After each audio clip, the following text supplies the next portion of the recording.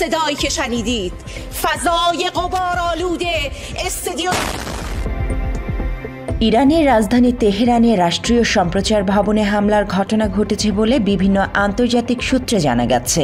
এই হামলার সময় রাষ্ট্রীয় টেলিভিশনে সরাসরি সম্প্রচার চলছিল। হঠাৎই স্টুডিওতে ধ্বংসাবশেষ পড়তে দেখা যায় এবং উপস্থাপককে দ্রুত ক্যামেরার বাইরে সরে যেতে হয়। হামলার কিছু সময় পর সম্প্রচার সাময়িকভাবে বন্ধ হয়ে গেলেও পরে টেলিভিশন আবার সরাসরি সম্প্রচারে ফিরে আসে। স্ক্রিনে প্রদর্শিত টিকারে জানানো হয় বর্তমানে সব অনুষ্ঠান নিরবচ্ছিন্নভাবে সম্প্রচার করা হচ্ছে। টেলিভিশন কর্তৃপক্ষের ভাষ্য অনুযায়ী একটি বৈদেশিক সামরিক শক্তি রাষ্ট্রীয় সম্প্রচার ভবনটিকে লক্ষ্য করে হামলা চালিয়েছে, যার উদ্দেশ্য ছিল দেশের তথ্যভিত্তিক কণ্ঠস্বরকে স্তব্ধ করে দেওয়া।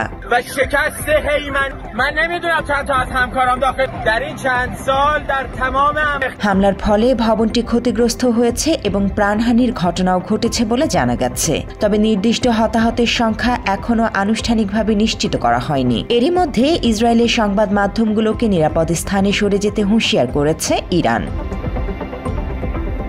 প্রচারের সময় ধারণ করা দৃশ্যে দেখা গেছে স্টুডিওর ভেতর হঠাৎ বিকট শব্দ ও ধুলা ময়লার মধ্যে উপস্থাপক দ্রুত সরে পড়ছেন। হামলার ভিডিও ও স্ক্রিন গ্র্যাব ইতোমধ্যে সামাজিক মাধ্যমে ছড়িয়ে পড়েছে। মাত্র ৩০% টাকায় জমির মালিক হয়ে নতুন বাংলাদেশের গড়ে তোলার স্বপ্ন দেখা বাংলা বসতি।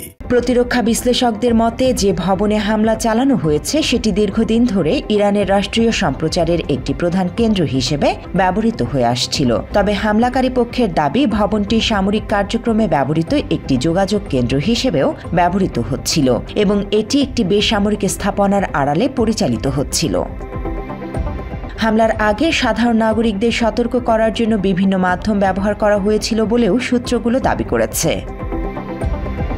রাষ্ট্রীয় সম্প্রচারের শীর্ষ কর্মকর্তারা টেলিভিশনে সরাসরি এসে কর্মীদের সাহস ও দৃঢ়তা তুলে ধরেন। হামলার সময় শেষ মুহূর্ত পর্যন্ত দায়িত্ব পালনের জন্য সংবাদকর্মীদের প্রতি কৃতজ্ঞতা প্রকাশ করেন এক কর্মকর্তা।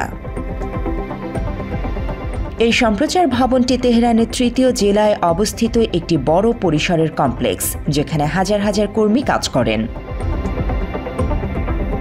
ঘটনার পর তীব্র প্রতিক্রিয়া দেখা দিয়েছে আন্তর্জাতিক অঙ্গনে, যেখানে একে মিডিয়া স্বাধীনতার উপর সরাসরি হুমকি হিসেবে আখ্যা দেয়া হয়েছে। জান্নাতুল ফেরদৌস, বাংলা এডিশন।